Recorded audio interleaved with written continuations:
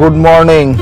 তো আজকে কালকে রাত্রিবেলা আমরা দেওঘরে এসে নাইট স্টে করেছি। তো আজকে আমাদের দেওঘরের লোকাল সাইট সিন করতে বেরিয়ে পড়েছি। এখন বাজে 9টা। তো আমাদের প্রথম আজকে যে সাইট সিনগুলো সবগুলো ঘুরে দেখব, আর কালকে বাবাধাম যাব সকালবেলা উঠে। তো আজকে বাকি যে সাইট সিনগুলো আছে সেগুলো ঘুরে দেখব। তো বেরিয়ে পড়েছি নলক্ষা মন্দির দেখার জন্যে। তো দেখাচ্ছে গুগলে যে এটা 2টোর পর খুলবে, দেখি যদি খোলা থাকে তাহলে দেখে নেব, না হলে টিকুট পাহাড় তপবন দেখে ফেরার সময় এটা দেখব। নলক্ষা মন্দিরের কাছে আমরা এসেছি, রিপেয়ারিং হচ্ছে। খোলা তো আছে দেখছি, লোকজন গেছে। এখানে 7টা থেকে 12টা আর 2টো থেকে 7টা খোলার টাইম। সন্ধ্যে 6টায় আরতি। তো রিপেয়ারিং হচ্ছে মন্দিরে।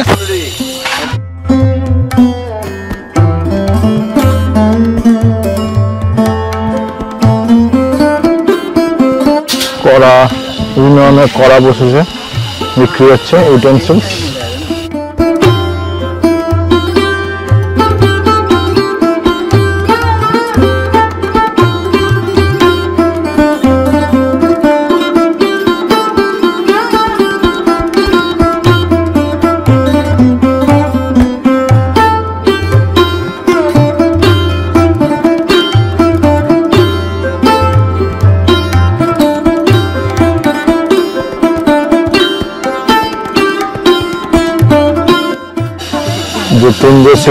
নতুন করে রিনোভেট হচ্ছে।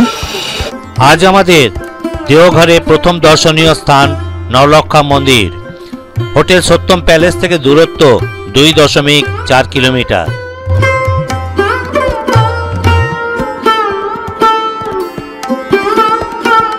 শ্রীমতী চারুশীলা দাসী, যিনি পাথরিয়া ঘাট রাজার রানী, তিনি এই নলক্ষা মন্দিরের প্রতিষ্ঠাতা এবং শ্রী রামকৃষ্ণ পরমহংসদেবের একজন পরম ভক্ত ছিলেন। রাধাকৃষ্ণের এই প্রাচীন মন্দিরটি বহু শতাব্দী ধরে ভক্তদের এবং দর্শনার্থীদের একইভাবে বিমোহিত করেছে এর মহিমা, কারুকাজ এবং আধ্যাত্মিক পরিবেশের মাধ্যমে। নলক্ষা মন্দিরের সবচেয়ে আকর্ষণীয় বৈশিষ্ট্যগুলির মধ্যে একটি হল এর চমৎকার স্থাপত্য। মন্দিরটি আজও দেওঘরে আধ্যাত্মিকতার কেন্দ্রবিন্দু হিসেবে পরিচিত এবং এখানে শ্রীমতী চারুশীলা দাসীর অবদানও স্মরণীয়। মাতা চারুশীলা দাসী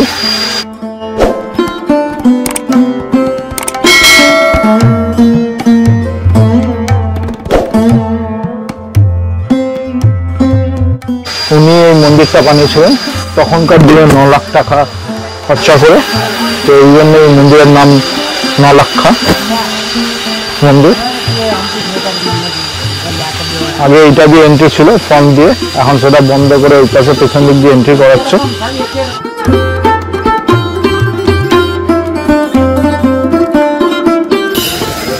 নলক্ষা মন্দিরের ভিতরে ফটো তোলা নিষেধ।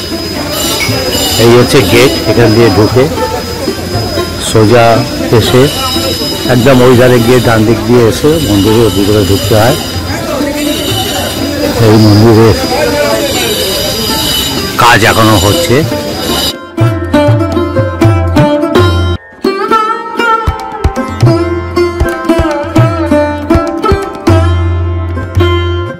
তো আমরা এবার তপবন যাচ্ছি।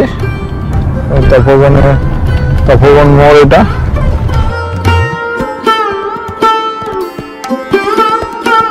ওই যে ডান দিকে দূরে পাহাড়টা, ওটাই হচ্ছে তপবন। ওর উপরে আমরা উঠবো।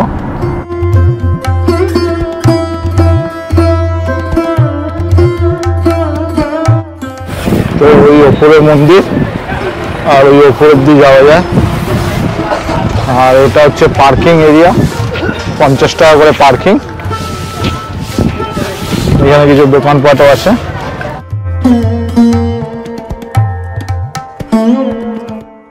তো এটা হচ্ছে এন্ট্রি। এইখান থেকে তপবনের জন্য আমরা এগোচ্ছি। দুপাশে দোকান।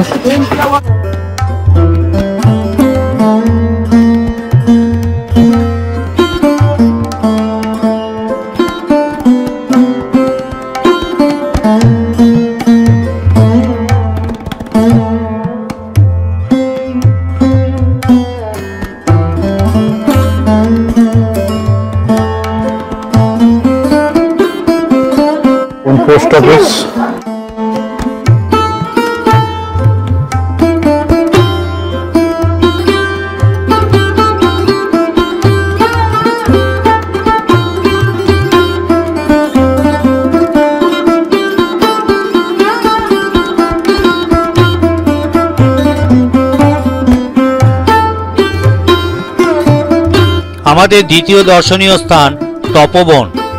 নওলক্ষা মন্দির থেকে দূরত্ব 6.8 কিলোমিটার।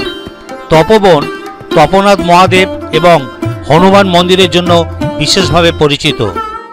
তপনাথ শিব মন্দির এটা।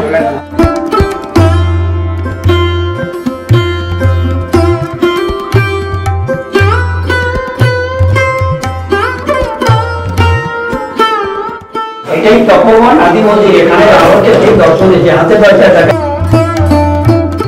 তপবনের শিব মন্দির।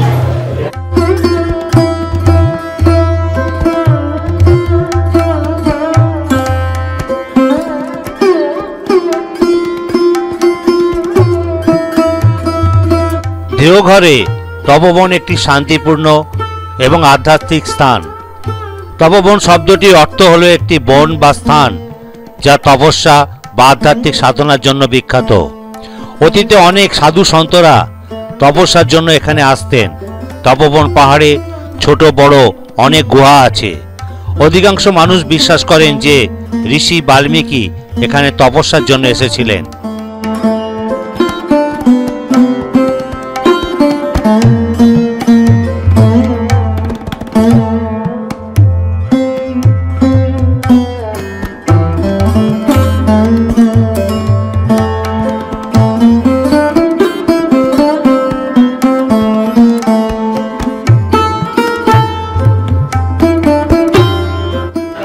উপর থেকে খুব সুন্দর দেখা যাচ্ছে।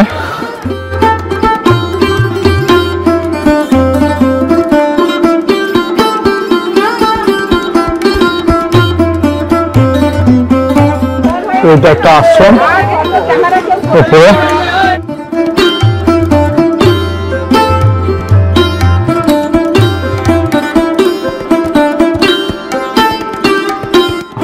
পুরো ভিউ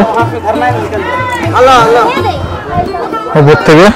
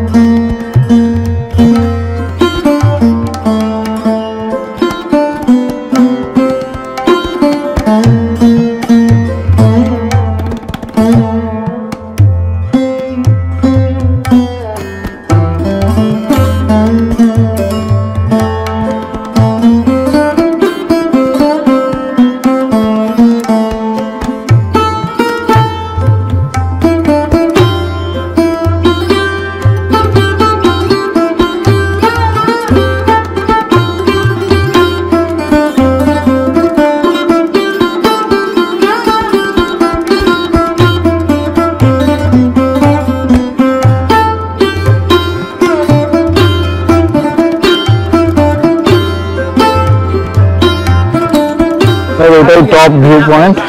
এখানে ঘুরে এবার এই আশ্রমটা দেখবো, তারপরে আমরা পেছন দিক দিয়ে নামবো পাহাড়ে।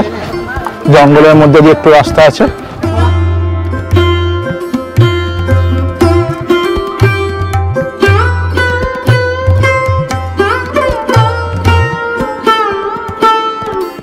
তপবন পাহাড়ের ওপরে 1987 সালে 25শে জুন স্বামী সম্পাদানন্দকে সমাধিস্থ করা হয়।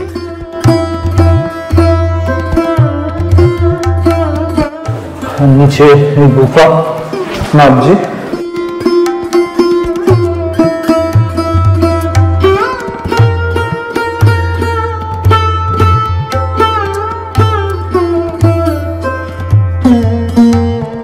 বাইরে এটা দিয়ে বেরোনোর জায়গা আছে একটা।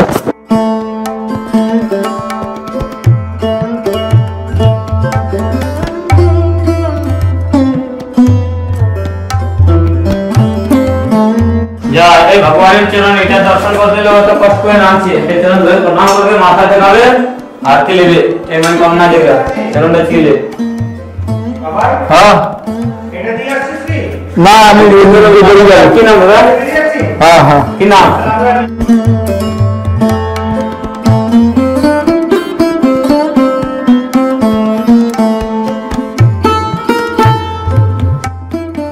তো এটা পেছন দিকটা।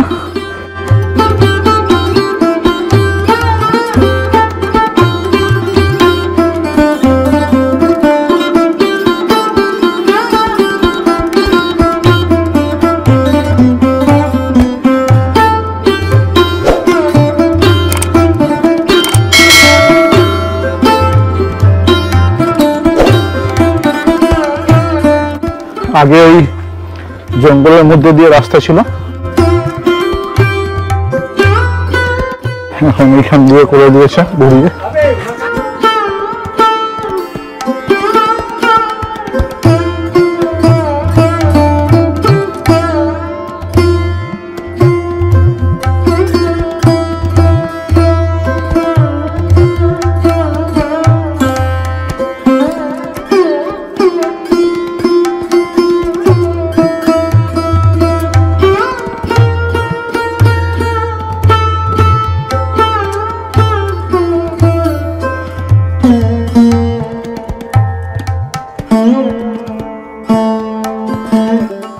এখান দিয়ে এলাম, তো এই হচ্ছে পাথরটা কি অন্যভাবে আটকে আছে,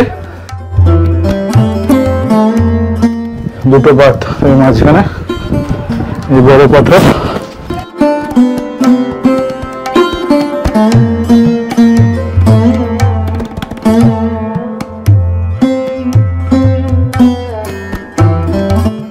খুব গরম এখানে, আর বিশ্বাস করা যে হনুমান যে পাথর চিড়েছিল সেটা এই সামনেই আছে, তো সেটাও দেখবো এবারে আমরা। পাথরগুলো যেন মনে হচ্ছে সাজানো, একটার প্রতি একটা সাজানো। দেখুন এইখানটাও দেখবেন একটা পাথর যে ঢালের মধ্যে যেন সাজানো আছে।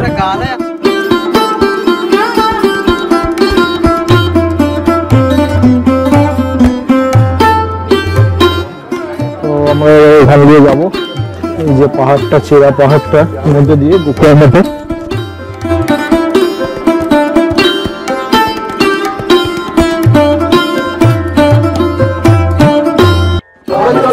এই है পাহাড় পুরো ছেড়ে আছে।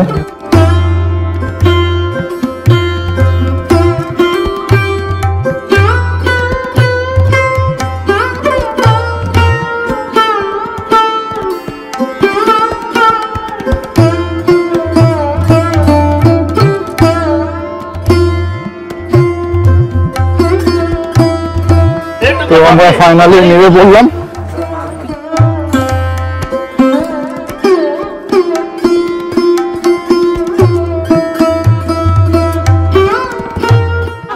একদম নিচে চলে এসেছি। এরপর আমাদের দর্শনীয় স্থানগুলি ত্রিকুট পাহাড়, নন্দন পাহাড় এবং সৎসঙ্গ আশ্রম, যার মনোরম দৃশ্য পরবর্তী ভিডিওতে আমাদের ভ্রমণ পিপাসু চ্যানেলে দেখতে পাবেন। যদি ভিডিওটি ভালো লেগে থাকে তাহলে লাইক ও শেয়ার করুন। এরকম আরও সুন্দর সুন্দর ভিডিও পেতে আমার এই ভ্রমণ পিপাসু চ্যানেলটিকে সাবস্ক্রাইব করুন এবং নতুন ভিডিওর নোটিফিকেশন পেতে পাশে থাকা বেল আইকনটি ক্লিক করুন।